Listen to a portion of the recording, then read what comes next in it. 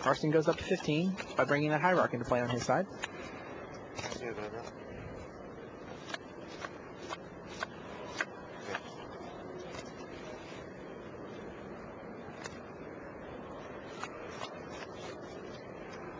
Carson doesn't look pleased. No, he really doesn't. He looks upset with himself. Did he mess up the gifts? I don't know. Maybe he's upset about the Shizo. Maybe he shouldn't have included it. But sometimes once you've drawn a certain amount of cards, sometimes you start running out of cards to find with it.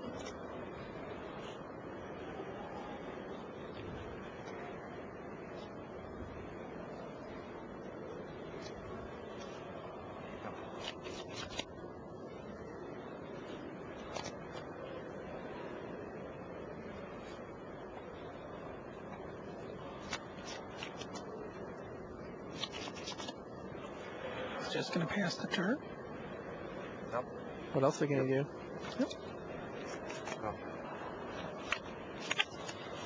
So this is the second turn that Mori would have had with an untap step. Right, but Seaborn Muse negated that. Mori's seeing really what the death denied targets didn't are. Really do anything with those turns anyway.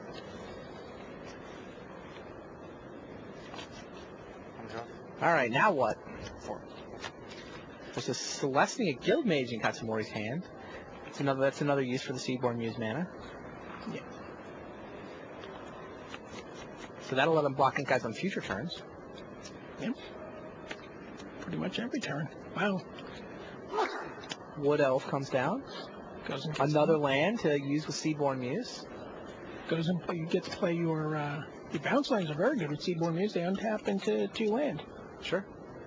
Well, they're the equivalent of 2 land. Yeah. You still bounce land, but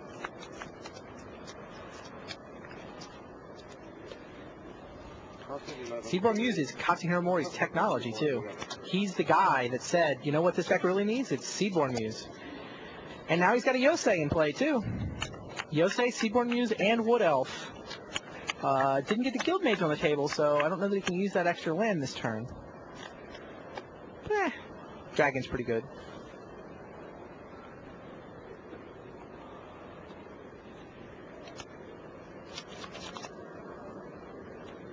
We said Carson's hand is Wrath, Death Denied. Interesting. Still got Yosei on the stack, not sure what that matters for. Looking for a floating spell. Has a second Wrath on top of his library. Yeah, Death Denied and Soulless Revival. He clearly has the ability to Wrath and get a bunch of his own creatures back. Wrathing away Yosei, never a lot of fun though. Especially when your opponent can then stack into Greater Good anyway. So, what's Mori's play here? Is he supposed to sack Yosei to tap Carson out, or is he supposed to use it as an attacker? No. I think he's got to be scared of untapped mana on Carson's side of the table. Carson has the ability to do a lot of really scary things. I mean, he could just sack Yosei right now. Right. I think that's what he's going to end up doing. He's asking right now. He's double checking how things work. Again, he's double checking with the Japanese judge, and he's probably going to sacrifice it right now.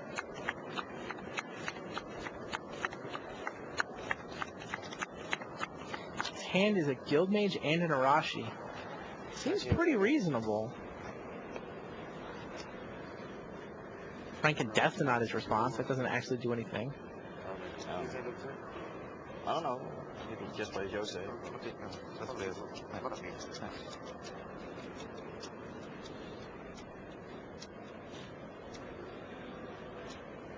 Every time I think somebody's got the advantage in this game, he suddenly goes back to neutral.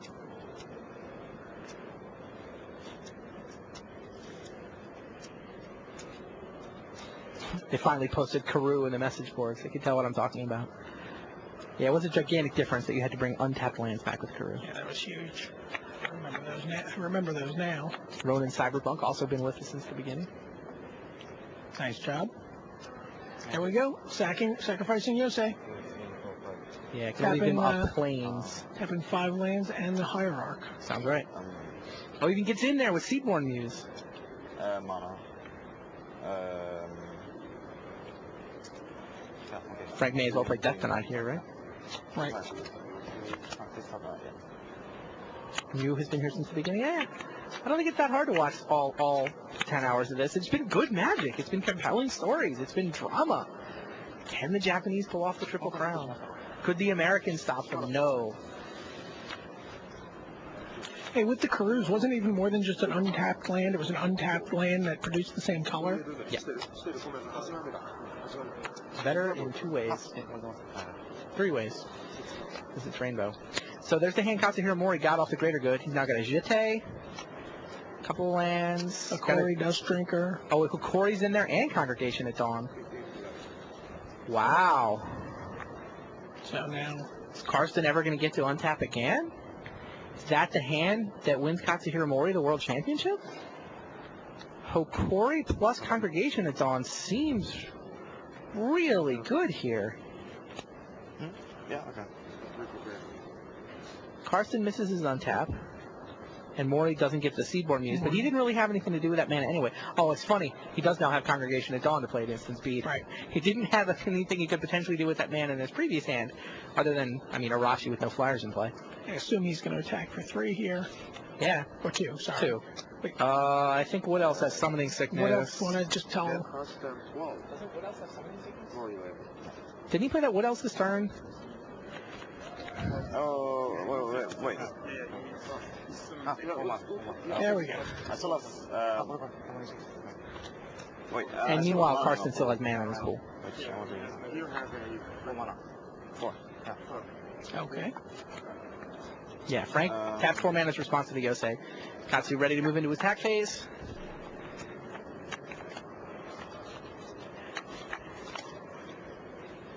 It's been so long. Maybe What Else shouldn't have Summoning Sickness. Should have adjusted to the time difference by now. Gets back Hanakami and a Yosei.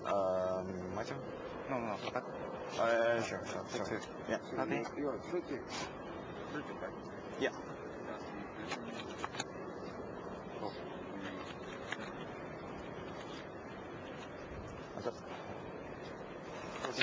Nobody untapped. No Congregation at Dawn from Katsu Mori this time. But I'm not sure he needs it. He can still do it on his upkeep before he draws. And that doesn't do anything. Oh, it sets up the draw phase, but it doesn't, yeah. Right. Yeah, no, he can still set up his next draw here, right? That's what he decides he wants to do. And he probably does, right? He can, if he goes Congregation, he can only play Hokori or Yosei if... Yep, there he goes. So you go Yosei here. And then next turn he can play Hokori and Yosei, I think. Yeah. Drawing 5 cards a turn in the meantime. He'll need 2 lands to be able to pull that off, but it should work. We can just play Yosei right now. That's what I mean. Yeah. Or he can play Hokori now, that's the question. Like He if he plays doesn't need to Yosei... play Hokori. He just play Yosei, sacrifice it, draw 5 more cards. Yep. That sounds right. Yeah, I forgot it was upkeep.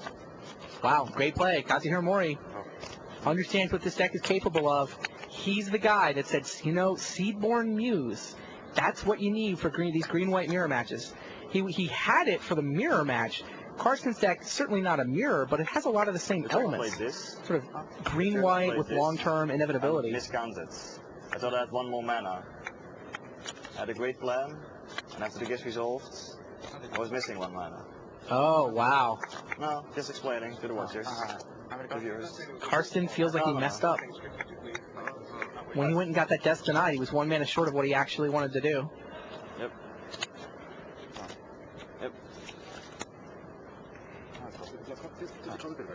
I had a great plan, and then I counted my mana, and I was 1 short. 1 mana is a lot. And taps everything. Yeah, this game is... Holy Katsuhiro Mori. Yep. Japan may be about to finish off the Triple Crown. World Team Title, Player of the Year, and World Champion. On Yosei. They're collecting the titles that had eluded them previously. Defending the home turf. Katsuhiro Mori is the champion, the genius deck designer, and I take back everything bad I ever said about his ability as a technical player.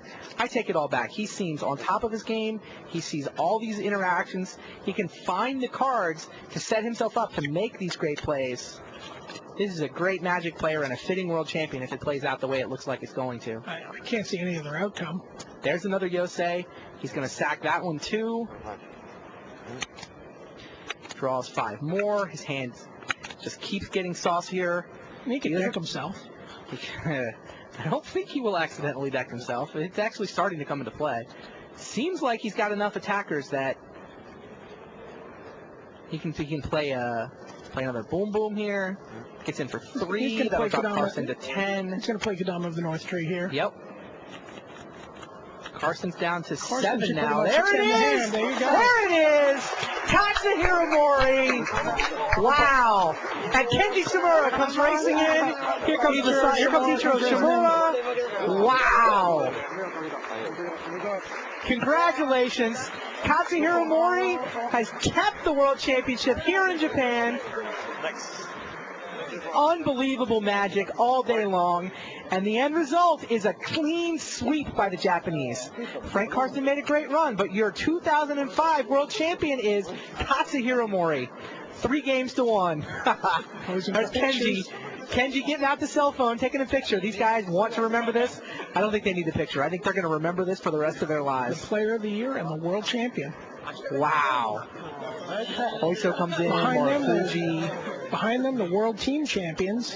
There's the whole Triple Crown lineup is right there on camera right now.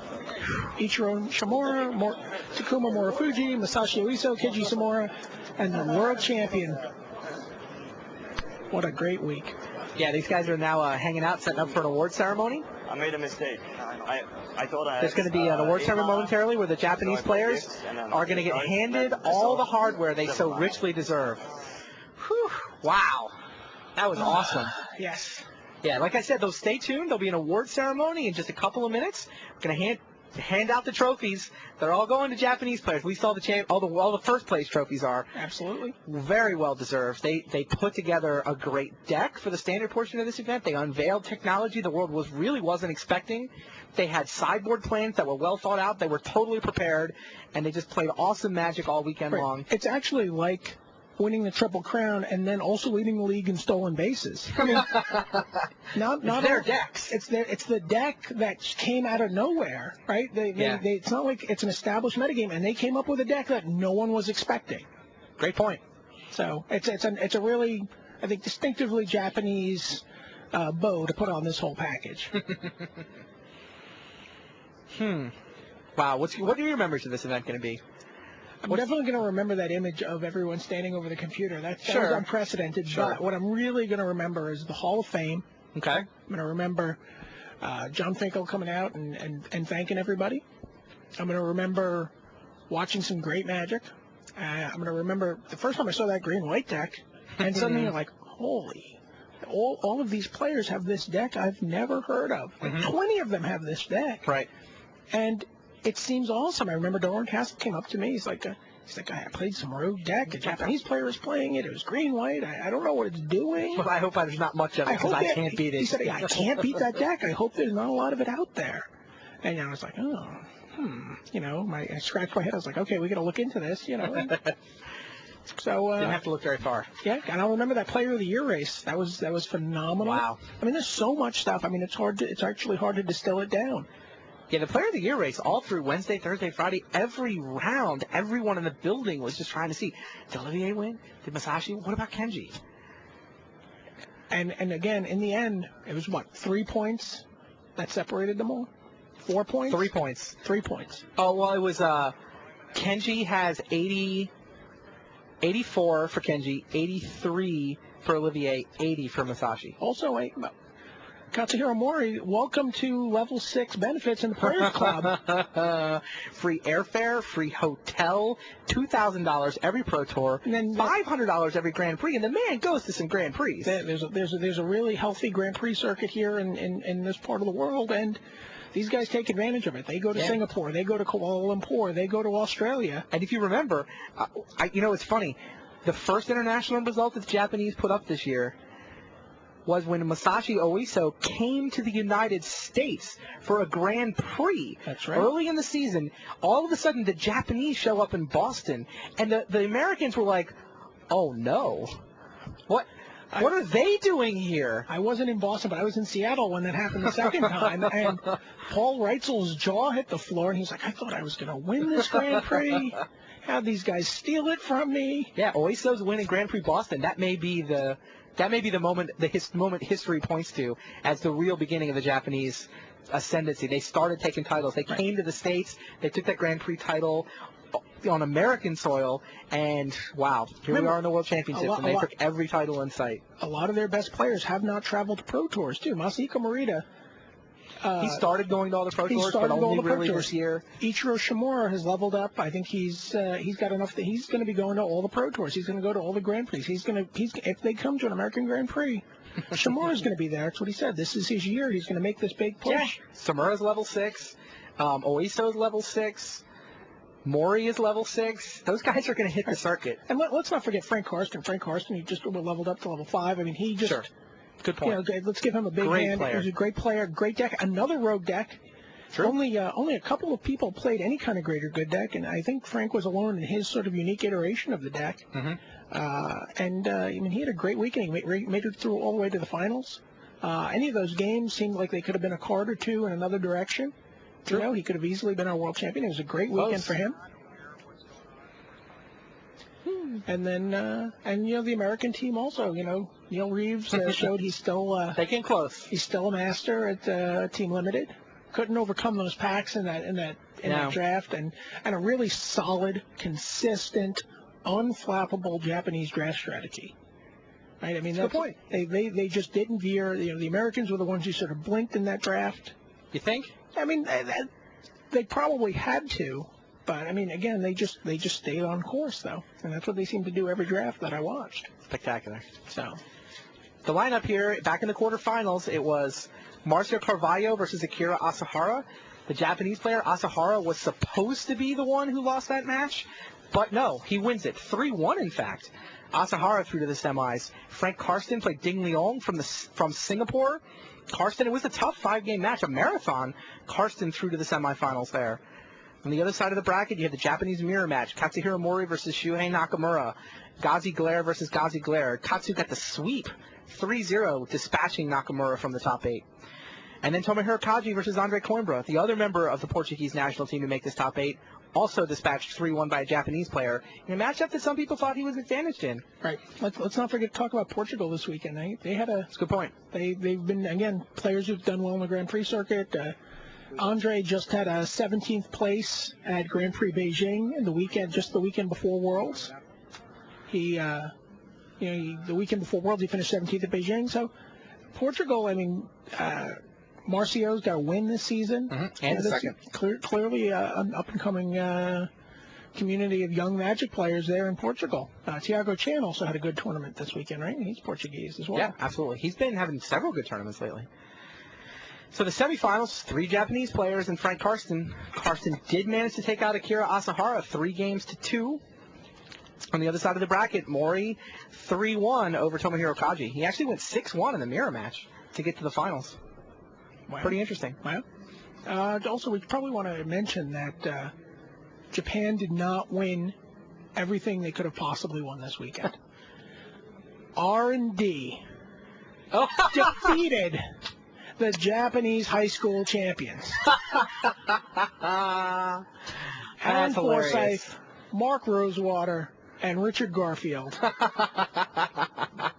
beat up 3 high school kids. With that, we are ready for the award ceremony. So I'm Randy Bueller signing off for Brian David Marshall. I will see you next time from Honolulu, Hawaii. Wow.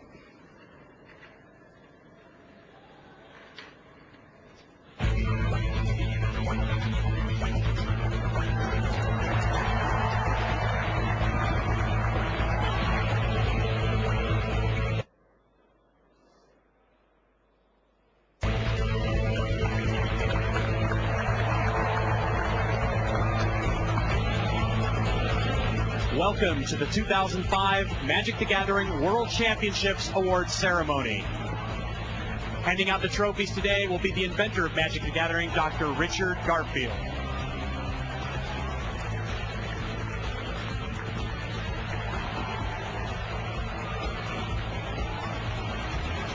Assisting will be head judge Sheldon Menery.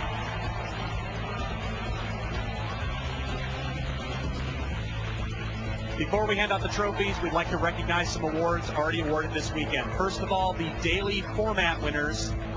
In the standard portion, from France, Antoine Ruel.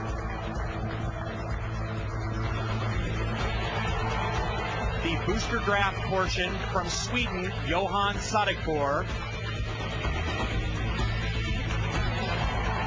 And in the extended portion, from Spain, Javier Dominguez. We would also like to congratulate the world semifinalists. In fourth place, winning $13,000 from Japan, Akira Asahara.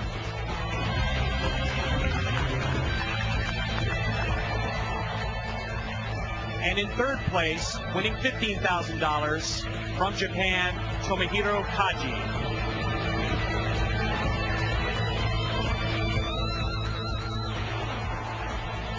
For our first award, we'd like to congratulate a man who had an astounding run this year in the Rookie of the Year race, winning his first Pro Tour at Pro Tour Columbus from France, the Rookie of the Year for 2005, Pierre Canali.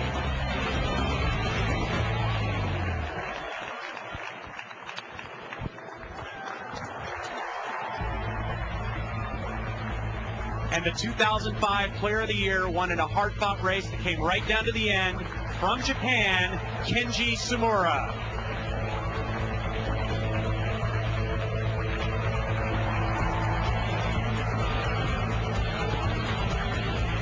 Ladies and gentlemen, the 2005 Player of the Year, Kenji Sumura.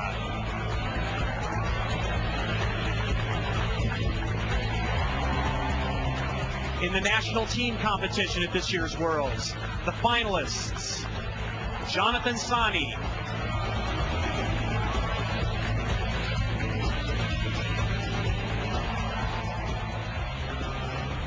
Neil Reeves,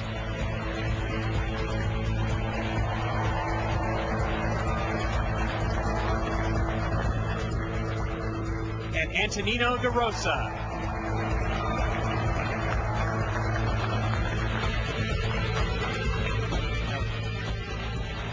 Winning $15,000, ladies and gentlemen, Team USA.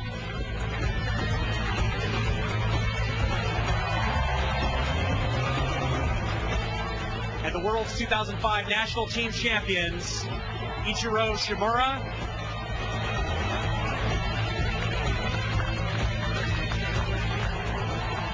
Masashi Oiso,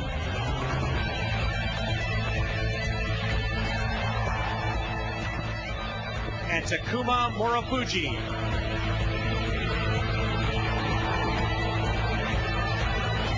Winning $30,000, ladies and gentlemen, the 2005 National Team Champions, Team Japan.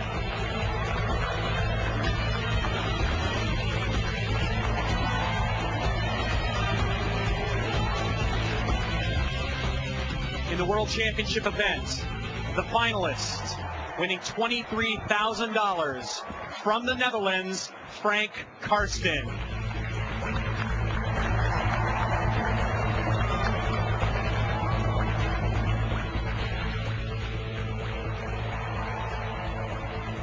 And the moment you've all been waiting for, the 2005 Magic the Gathering World Champion, winning $35,000 from Japan, Katsuhiro Mori.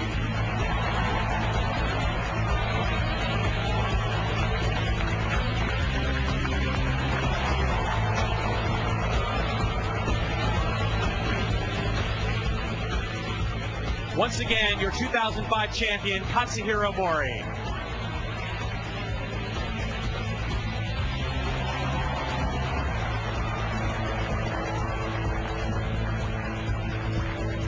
I'd like to thank all the staff, players, and judges that have made the 2005 season and this World Championship such a success. We will see you next year, 2006 season, beginning March 3rd through 5th in Honolulu, Hawaii. Thank you, and good night.